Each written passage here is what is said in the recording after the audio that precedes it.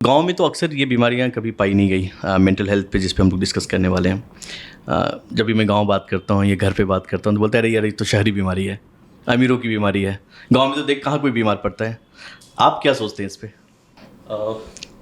काफ़ी सारा जो मेंटल हेल्थ है वो आपकी काइंड ऑफ लाइफस्टाइल जो है उस पर निर्भर करता है। जी।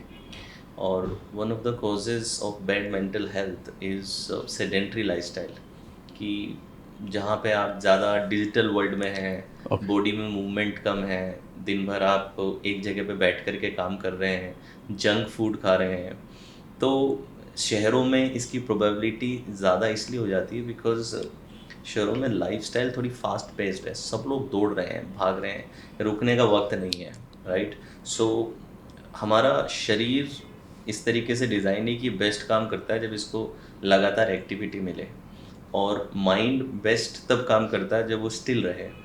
लेकिन शहरों की ज़िंदगी ऐसी है कि जो चीज़ मूवमेंट में रहनी चाहिए बॉडी, वो तो दिन भर एक जगह पे फिक्स रहती है, उसमें मूवमेंट नहीं है। माइंड जो कि स्टिल रहना चाहिए वो दौड़े जा रहा है।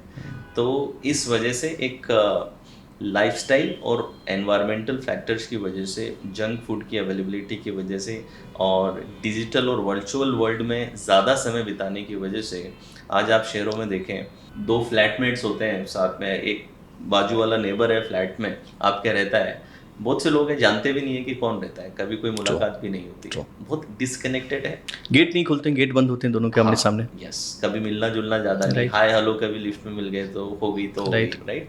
सो बहुत ज़्यादा फास्ट पेस्ड है लाइफस्टाइल।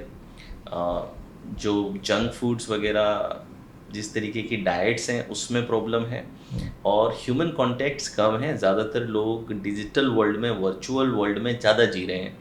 इसलिए ये काफ़ी हद तक सच है कि जो प्रोबेबिलिटीज़ हैं वो शहरों में ज़्यादा होती है मेंटल हेल्थ इशू की, as compare to villages. But villages में भी होती है, ऐसी बात नहीं है, क्योंकि अच्छा।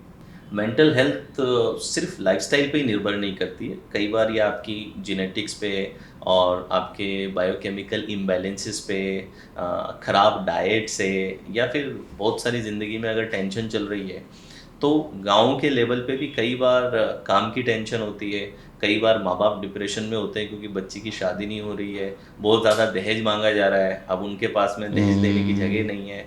तो ऐसा नहीं है कि गाँव में ये चीज़ एग्ज़िस्ट नहीं करती, मगर गाँव में क्योंकि बहुत ज़्यादा मीडिया पहुँच नहीं पाता, तो उस चीज़ पे वो ध्यान नहीं देते। राइट। इतना है कि वो मार्केट नहीं होती है, उस पे इतना ध्यान नहीं दिया जाता, और उसके बारे में अवेयरनेस भी नहीं है, उन्हें पता भी नहीं है कि ये जो मैं फ़ील कर रहा हूँ ये डिप्रेशन है। हम्म। तो वहाँ पे भारत में आप देखें तो 1 लाख लोगों के बीच में 0.3 साइकियाट्रिस्ट अवेलेबल हैं।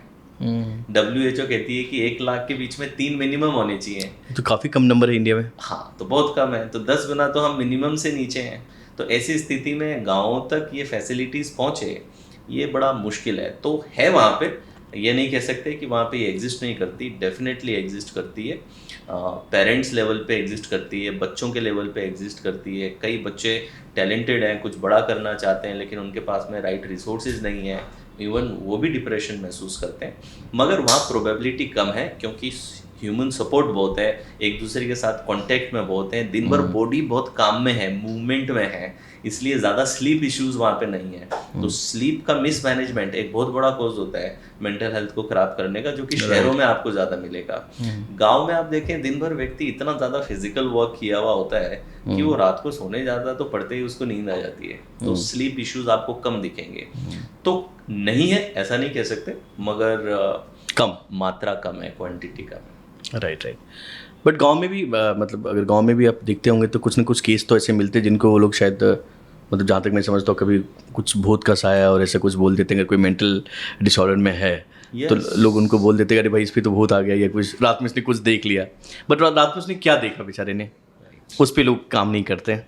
यस, तो गांव में क्या है कि गांव में मिथ्स चलते हैं। हाँ। तो जब मेंटल हेल्थ इशू जैसे स्किज़ोफ्रेनिया है, स्किज़ोफ्रेनिया में इंसान स्प्लिट पर्सनालिटी में जाता है, अलग व्यक्ति की तरह बिहेव करने लगता है। कईयों को हेलिसिनेशंस होते हैं, तो हेलिसिनेशंस में आपको चीज़ें दिख सकती हैं, आप कंस्ट्रक्ट कर सकते हो फिगर्स, आप उन्हें घोस्ट बोल दोगे, चुड़ैल बोल दोगे। कोई व्यक्ति इस तरीके से बात करता है कि मुझ में कोई कोई पितर आ रहा है या फिर कोई माता आ रही है, राइट राइट, इस तरीके का पूरा मिथोलॉजी जो है वो प्रॉपरली विलेजेस में चलता चलती है, वो लगातार चलती है। ऐसा नहीं है कि मेंटल हेल्थ इशू वहाँ पे है नहीं, मगर अवेयरनेस नहीं है, एजुकेशन नहीं है, डिफरेंट कहानी लोग बना लेते हैं, और कई लोग जो होशियार हैं वो इसका फायदा भी उठाते हैं, बिल्कुल सही, मैनिपुलेशन भी करते हैं। राइट कई राइट, लोग बिल्कुल झूठा एक्टिंग करते हैं कि मेरे अंदर ये माता आ रही है और अब मैं आपके सोल्यूशन दूंगा, फिर उसका फ़ायदा लेते हैं लोग। तो लोग आके चढ़ावा चढ़ाते हैं, पैसे लेते हैं, वो उनको प्रॉब्लम सॉल्व करके देते हैं। तो कुछ लोग ऐसे भी होते हैं जो थोड़े शातिर होते हैं, वो इस तरीके के काम भी करते हैं। बट दो चीज़ें हैं इसमें। एक तो मुझे लगता है कि एक तो डिप्रेशन, जब भी मेंटल हेल्थ की हम बात करते हैं तो एक डिप्रेशन शब्द आता है। क्या मेंटल हेल्थ का मतलब सिर्फ डिप्रेशन है या कुछ और भी है? नहीं, depression is just one part. Right. जैसे हमारी फिजिकल हेल्थ है, तो फिजिकल हेल्थ में डायबिटीज़ भी है, अस्थमा भी है, कैंसर Right. भी है, राइट, माइग्रेन भी है, थायराइड भी है, आईबीएस भी है, अर्थराइटिस भी है, सब है। तो वैसे मेंटल हेल्थ में भी बहुत सारी चीज़ें हैं, जिसमें से एक चीज़ आप कहें कि डिप्रेशन है, बाइपोलर होता है, स्किज़ोफ्रेनिया होता है, और भी बहुत सारे स्ट्रेस इश्यूज होते हैं, एडीएचडी होता है, ऑटिज़म होता है, अल्जाइमर होता है, ऐसे बहुत सारे सीवियर इश्यूज भी होते हैं। मगर जो ज़्यादा दिखते हैं, दो सबसे ज़्यादा दिखते हैं, डिप्रेशन और एंजाइटी, जो आपके आसपास ज़्यादा मात्रा में दिखते लोगों के हैं। पास होता है। आई थिंक मैं कुछ समय पहले ही, आई थिंक मेरी टेडेक्स टॉक में जब मैं रिसर्च कर रहा था, तो उसमें मैंने कहा था कि लगभग उस टाइम पे 56 मिलियन करीब डिप्रेशन के केसेस चल रहे थे और 36 मिलियन करीब एंजाइटी के चल रहे थे। और एंजाइटी इंडिया में, और एंजाइटी की गोलियां सबसे ज़्यादा बिकने वाली गोलियों में से एक बनती जा रही हैं।